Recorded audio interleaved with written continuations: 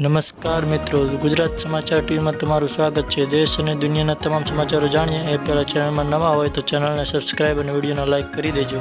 સૌપ્રથમ સમાચારમાં વાત કરીએ તો મુશળધાર વરસાદને લઈને રેડ એલર્ટ જાહેર। ફરીથી તબાહી મચાવવા 11 રાજ્યોમાં આવી રહ્યો છે ચક્રવાત। વધુ એક ચક્રવાતી તોફાન દેશમાં ત્રાટકવા જઈ રહ્યું છે, જેના કારણે ઘણા રાજ્યોમાં ભારે વરસાદ થશે। આ સમય દરમિયાન 55 કિલોમીટર પ્રતિ કલાકે ઝડપી પવન ફૂંકાશે, જે આસપાસના વિસ્તારોમાં વિનાશ સર્જી શકે છે। આ ચક્રવાતનું નામ ફેંગલ હશે। ભારતીય હવામાન વિભાગે મુશળધાર વરસાદને લઈને ઓરેન્જ અને રેડ એલર્ટ જાહેર કર્યું છે। હિન્દ મહાસાગર અને અડીને આવેલા દક્ષિણ અંદમાન સમુદ્ર પર એક ચક્રવાતી પરિભ્રમણ રચાયું છે।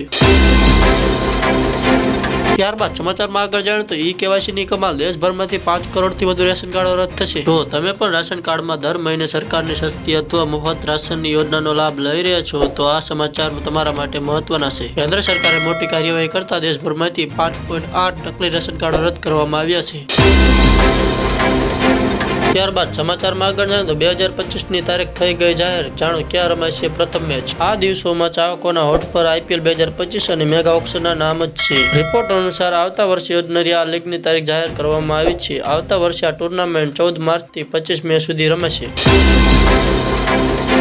ફટાફટ આગળના સમાચારમાં વાત કરીએ તો ખાદ્ય તેલમાં કડાકો। પામોલીનમાં એક જ દિવસમાં 50 રૂપિયા તૂટ્યા। રાજકોટના ખાદ્ય તેલના બજારના ભાવ સતત ઘટી રહ્યા છે। પામ તેલ, સિંગ તેલ, કપાસી તેલના ભાવમાં સતત ઘટ જોવા મળી રહી છે। આગામી દિવસોમાં સિંગ તેલ લૂઝમાં વેચાયેલી વધશે તો હજુ પણ ભાવ ઘટે તેવી ચર્ચા છે। સિંગ તેલની બજારો તૂટી રહી હોવાથી આજે ₹15નો ઘટાડો જોવા મળી રહ્યો છે। તેલના ભાવ ઉપર એક નજર કરીએ તો સિંગ તેલ 2505 થી 2595 રૂપિયા, કપાસી તેલ 2200 થી 2250 રૂપિયા તેમજ પામોલી તેલ 2110 થી 2115 રૂપિયા બોલાયો હતો।